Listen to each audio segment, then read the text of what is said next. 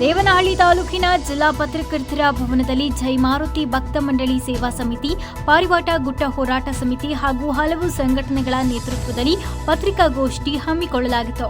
ಪಾರಿವಾಟ ಗುಟ್ಟದ ಹೋರಾಟ ಸಮಿತಿ ಸದಸ್ಯರು ಮಾತನಾಡಿ, ಸರ್ವೆ ನಂಬರ್ 157ರಲ್ಲಿ ಗವಿ ಬೀರಲಿಂಗೇಶ್ವರ, ಗವಿ ವೀರಭದ್ರಸ್ವಾಮಿ, ಗಣಪತಿ, ಭಜನಾ ಮಂದಿರ, ನಾಗರಕಲ್ಲು ಇದ್ದು ಭಕ್ತಾದಿಗಳು ಪೂಜೆ ಸಲ್ಲಿಸಲು ಬಿಡದೆ ನ್ಯಾಯಾಲಯದಲ್ಲಿ ತಡೆಯಾಜ್ಞೆ ತಂದು ಬೀಗ ಜಡಿದಿದ್ದಾರೆ.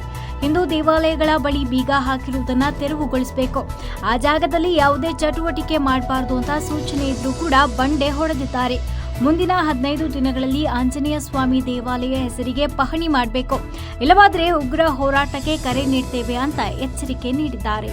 157ರಲ್ಲಿ 2 ಎಕರೆ ಜಾಗದಲ್ಲಿ ಇರ್ತಕ್ಕಂಥ ಗವಿ ಬೀರಲಿಂಗೇಶ್ವರ ಸ್ವಾಮಿ, ಗವಿ ವೀರಭದ್ರ ಸ್ವಾಮಿ, ಗಣಪತಿ, ನಾಗರಕಲ್ಲುಗಳು ಮತ್ತು ಸಾಧು ಸಂತರ ಬೃಂದಾವನಗಳು ಅಲ್ಲಿ ಪೂಜೆ ಮಾಡೋದಕ್ಕೆ ಅವಕಾಶ ಕೊಡ್ರಿ ಅಂತೇಳಿ ಪೂಜೆ ಮಾಡೋದಕ್ಕೆ ನಾವು ಹೋದಾಗ ಅವರು ತಡೆಗೋಡೆ ಕಟ್ಟಿದ್ರು. ಅಂದರೆ ದೇವಸ್ಥಾನಕ್ಕೆ ಹೋಗ್ತಿದ್ದಂಗೆ ತಡೆಗೋಡೆ ಕಟ್ಟಿದ್ರು. ಆ ತಡೆಗೋಡೆನ ಅಧಿಕಾರಿಗಳೇ ಹೇಳಿ ತಿರುವು ಮಾಡಿಸ್ಕೊಟ್ರು. ಅದಕ್ಕೆ ದಾಖಲೆ ಇದೆ, ನಿಮಗೆ ಕೊಡ್ತೀನಿ. ಅಧಿಕಾರಿಗಳೇ ನಿಂತ್ಕೊಂಡು DC ಅವರೇ ಬಂದಿದ್ರು, ES ನಾರಾಯಣಸ್ವಾಮಿ ಅವರು. ಕಾಲದಲ್ಲಿ ಪೂಜೆಗಳು ನಡ್ಕೊಂಡು ಬರ್ತಾ ಇತ್ತು. ಇತ್ತೀಚೆಗೆ ಅವ್ರು ಏನು ಮಾಡಿದ್ದಾರೆ ಅಂದರೆ, ಆ ದೇವಸ್ಥಾನಕ್ಕೆ ಡೆವಲಪ್ಮೆಂಟ್ ಮಾಡೋದಕ್ಕೆ ನಾವು ಹೋಗಬಾರ್ದು ಅನ್ನೋ ಉದ್ದೇಶಕ್ಕೇ ಅವರು ಆ ದೇವಸ್ಥಾನದ ಮೇಲೆ ಸ್ಟೇ ತಂದಿದ್ದಾರೆ. ಯಾರು ಅಲ್ಲಿ ಬರಬಾರ್ದು, ಅಲ್ಲಿ ಯಾರಾದರೂ ಹೋಗಿ ಪೂಜೆ ಮಾಡಿದ್ರೆ ಕಂಟೆಂಪ್ಟ್ ಮಾಡ್ತಾರೆ, ಪೊಲೀಸ್ ಕಂಪ್ಲೇಂಟ್ ಕೊಡ್ತಾರೆ. ಇವರು ದೇವಸ್ಥಾನ ಇವತ್ತು ಬಾಗ್ಲಾಕಿದೆ. ಪುರಾತನ ಪ್ರಸಿದ್ಧವಾದ ದೇವಸ್ಥಾನಕ್ಕೆ ಪೂಜೆ ಮಾಡೋಕ್ಕೂ ಬಿಡ್ತಾ ಇಲ್ಲ ಇವರು. ಅದು ಅವ್ರಿಗೆ ಸೇರಿರೋ ಜಾಗನೇ ಅಲ್ಲ. ಸರ್ವೆ ನಂಬರ್ 157ರಲ್ಲಿ 32 ಎಕರೆ 9 ಗುಂಟೆ ಇರೋದು. ಅದರಲ್ಲಿ ಬರೀ 30 ಎಕರೆ 9 ಗುಂಟೆ ಅವ್ರಿಗೆ ಕೊಟ್ಟಿದ್ದಾರೆ. 2 ಎಕರೆಯಲ್ಲಿ ಈ ದೇವಸ್ಥಾನ ಇದೆ.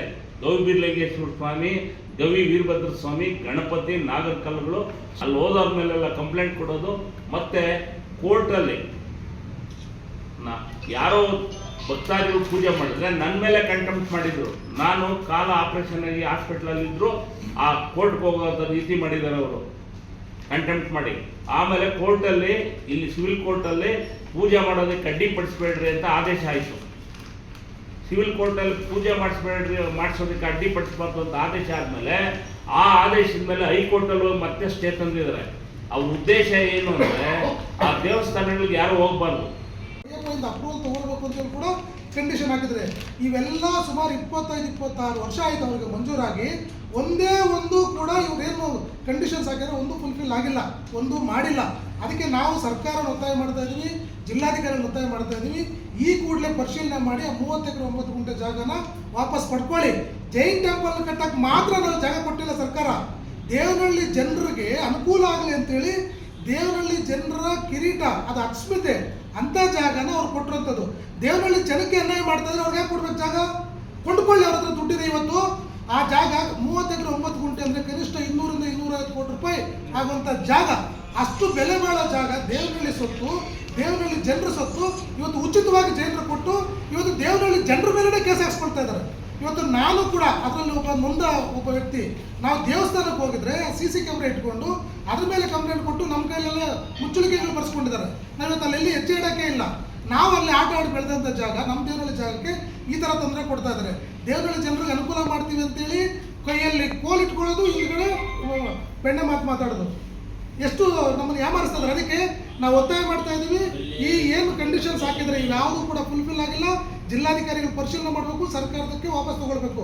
ಜೊತೆಗೆ ನಮ್ಮ ದೇವನಹಳ್ಳಿ ಜನ ಯಾವುದೇ ಜಾತ್ರೆಗಳಾಗಲಿ, ದೊಡ್ಡ ದೊಡ್ಡ ಹಬ್ಬಗಳಾಗಲಿ, ಹರಿದಿನಗಳಾಗಲಿ, ಗಣೇಶನ ಹಬ್ಬದ ದಿವಸ ನೇಕರ ಸಮುದಾಯ, ಒಂದು ಸಮುದಾಯ ಪೂರ್ತಿ ಗಣೇಶನ ಹಬ್ಬ, ಗಣೇಶ ನೆಡೋ ಸಂದರ್ಭದಲ್ಲಿ ಮೇಲೆ ಹೋಗಿ ಕಾಯಿ ಇಲ್ಲುಡಿಯೋದೆಲ್ಲ, ಗಣೇಶನ ಕಾಯಿ ಬೆಟ್ಟದ ಮೇಲೆ ಸರ್ತಿ ಹೆಣ್ಮಕ್ಳೆಲ್ಲ ಸೇರಿ ದೀಪಗಳನ್ನು ಹೊತ್ಕೊಂಡು ಹೋಗಿ ಅಲ್ಲಿ ಕಾಯಿ ಹೊಡ್ಕೊಂಡು ಪೂಜೆ ಮಾಡಿಕೊಂಡು ಬರ್ತಾ ಇದ್ದಂಥ ಜಾಗ ಇವತ್ತು ಇವರು ಅಕ್ರಮ ಮಾಡಿಕೊಂಡು ಬೀಗ ಹಾಕಿರೋದಕ್ಕೆ ನಮ್ಮ ಹೆಣ್ಮಕ್ಳೆಲ್ಲ ಸಂಪ್ರದಾಯನ ಬಿಟ್ಬಿಟ್ಟಿದ್ದಾರೆ. ಇವತ್ತು ಅಲ್ಲಿ ಹೋಗೋಕ್ಕೆ ಆಗ್ತಲ್ಲ, ಹೋದ್ರ ಮೇಲೆಲ್ಲ ಕೇಸ್ಗಳಾಗ್ತಾರೆ. ಅದಕ್ಕೆ ದೇವಾಲಯಗಳಿಗೆ ಬೀಗ ಹಾಕಿರೋದನ್ನೇ ನಾನು ಪೊಲೀಸ್ ಇಲಾಖೆಗೂ ಮನವಿ ಮಾಡಿದ್ದೀವಿ. ಮನೆ ಹೋಗಿ ಎಲ್ಲ ಲೆಟ್ರ್ ಕೂಡ ಕೊಟ್ಟು ಬಂದಿದ್ದೀವಿ. ಈ ಕೂಡಲೇ ದೇವಾಲಯಕ್ಕೆ ಏನು ಬೀಗ ಹಾಕಿರೋ ಬೀಗಗಳನ್ನು ತೆರವುಗೊಳಿಸಬೇಕು. ವರದಿ ಅಕ್ಷಯ್ ವಿ, ದೇವನಹಳ್ಳಿ.